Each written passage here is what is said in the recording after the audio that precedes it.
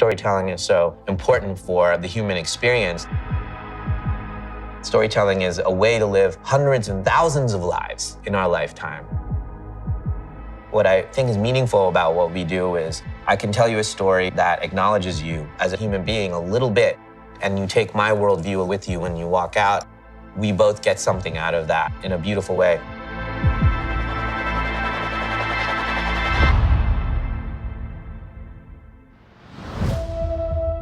What I think is really powerful about long-form storytelling is that you can really dig deeper, excavate, and unfold things that enrich the whole story. But there's always the fear that you'll never get to finish it, never get to tell the end of the story. I think that's one of the things that scared me the most about going into long-form television. Here we go. And background. And action. It's 5 hours of material every year. That's 2.5 movies. It takes me 2 years to make one film. And cut. Excellent. I'm so grateful that we had this opportunity and that we got to finish the story. Beautiful, beautiful. When we started it, we knew the premise and we knew the 2 storylines, but we didn't really know where it was gonna go. And then by the end of that first season, it started to become clear. Do you know who you welcomed into your home? When the pandemic hiatused us, it was a real moment that was kind of beautiful for me to sit down and go, okay, these are all the different ideas that we have. How many seasons is that? How many episodes is that? That was how it kind of came to be a 4-season show. You're getting more clarity. My name is Leanne Grayson, and I come from Wisconsin. One of the fun ideas for the show was telling the origin story of Leanne. It can be interpreted in 2 ways. Is this the story of a fallen angel embodied now in this young girl? As she embraces this, does she become this dark entity that could really change the balance of everything? Or is this just a girl that has these delusions and maybe there's a grounded explanation? Why would she put her own baby in your crib? Both explanations are plausible. That's a fun story that we wanted to tell. Ah! One of the hopes when I hired Nell Tiger-Free was that we would watch this young girl grow into a woman over the course of the show, and then when we get to the final season, she would be a formidable presence. Do you think that I'm scary?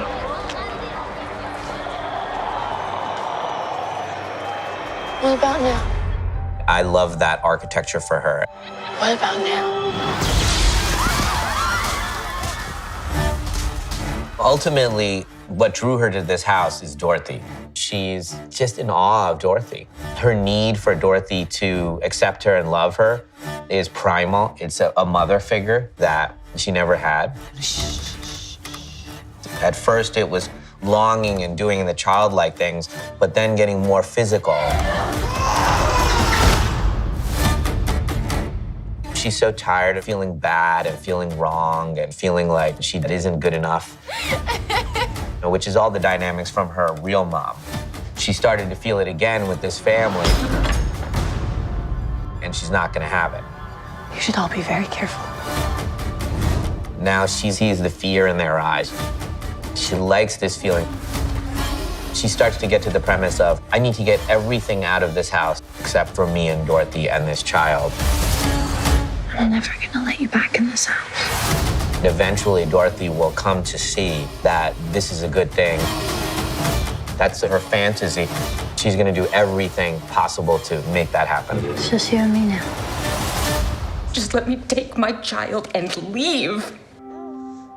Jericho has always been the embodiment of love and fragility and vulnerability that represents all of our hopes and fears when we have a kid and whether we're gonna fail or succeed in protecting them, and the helplessness that we all feel.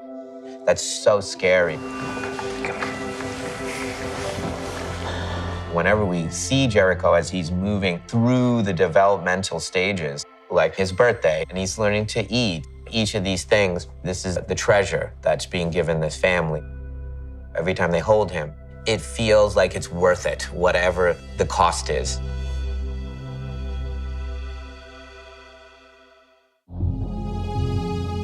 Servant is about a woman who's forgotten that she was responsible for her child's death, and the ticking clock about when she's going to remember. That's why I did this show. I wanted to get to that episode. Her story was so important. I wanted to direct her descent into madness, and I wanted to direct the moment she woke up. We're all fighting not to have that painful moment, but the irony is that's exactly the moment we should all be running to. It's a freak accident. The thing that we're scared to say for fear that I don't know what's gonna happen on the other side. That's very much human nature. I always try to put myself in the mindset of the characters and say, would I do this? There is no higher stakes than losing your child. Having the person that you love disappear in front of your eyes. I would probably do anything to get back what I had lost. Sean has made a Faustian bargain and realizes that there's no way out of this. You've already made your choice.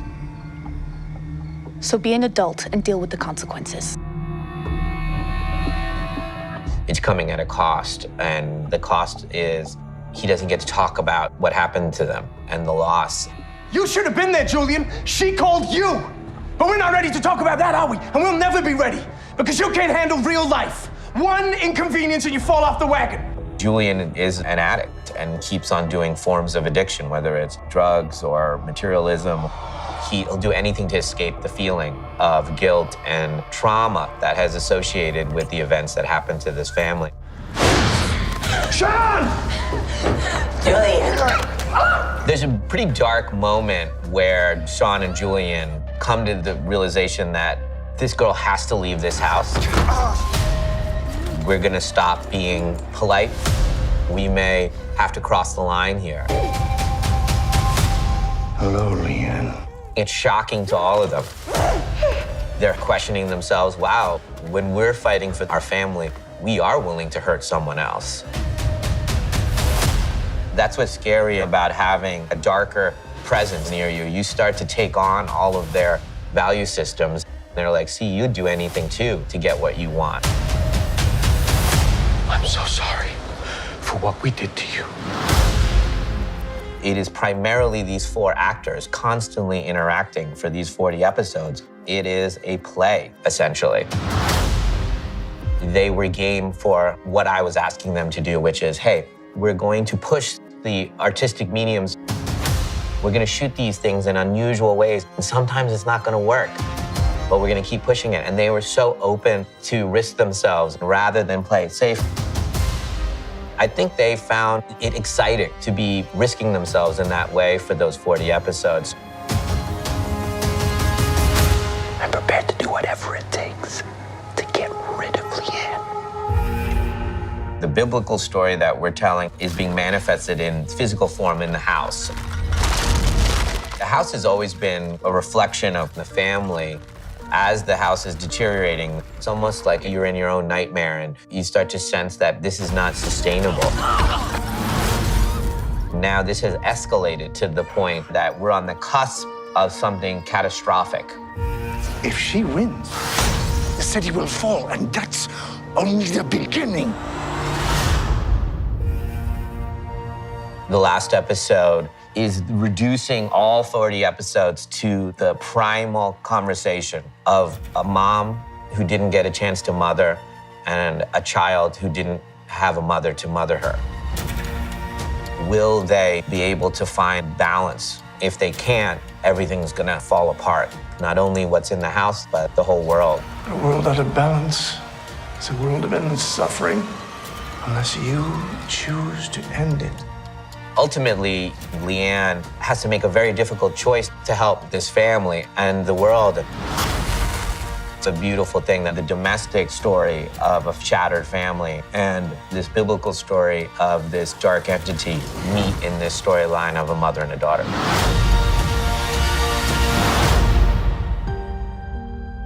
What was really interesting when I look back on it, Because I didn't think of it as my story only, there was a little bit of distance that I had from it that allowed me to be very loose with my storytelling in a way that I've never been able to do. I felt to some extent I was following the muse in my head. I had all these amazing writers and directors to help tell the story. I got to work with an incredible group of storytellers that I normally wouldn't have gotten a chance to tell stories with. You will distinctly feel each filmmaker's hands and why episode 401 is really different than the second one, which is really different than the third episode. And they're very different than my episode, but it's all one family of language. And I do think celebrating our differences in our voices and artistry will make Servant have deep, deep resonance. It's 40 little films that were directed by these incredible storytellers. Cut. Cutting. All right, great, check it. Servant, I think forever will be a magical experience for me. It is something that we had got to do with such purity in such an unusual way. When we got to the last episode and we said goodbye to the cast and the crew, it was super emotional because we know this is rare. To have this much love and artistic integrity in something in the industry is very, very rare. And cut. I just wanted to thank you guys for everything.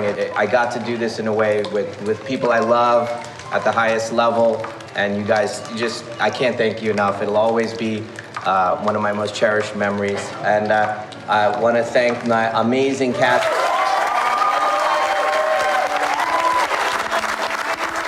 Love you all, y'all family.